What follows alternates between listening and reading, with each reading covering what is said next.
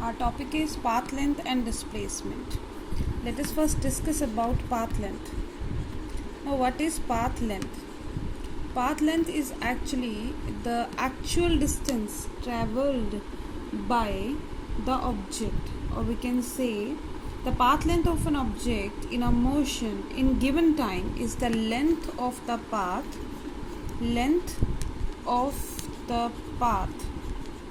right, length of the path traversed by the object, or we can say the actual distance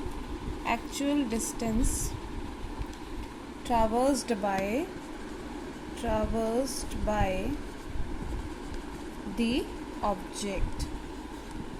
For example, suppose a particle have to move from A to C. If it travels directly to it, then path length is AC. Now if it has to reach at C from A and it follows the path this, let this point is B. In this case the path length is AB plus BC. And now if it have to go to first AC through a path ABC and then have to reach at A again, then total path length will become AB plus BC plus CA.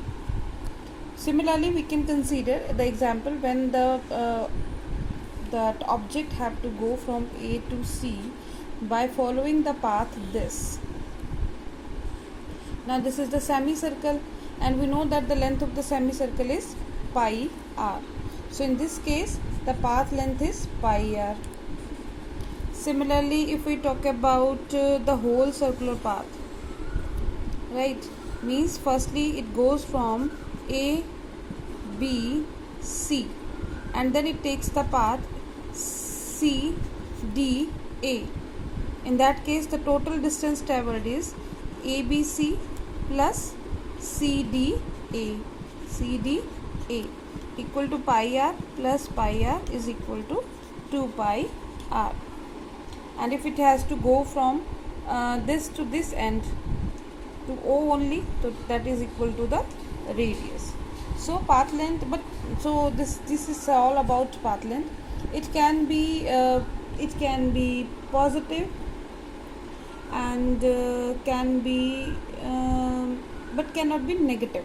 It can be positive but cannot be negative or zero, right? Because all the some distance has been traveled, so it cannot be 0 or it cannot be negative path length.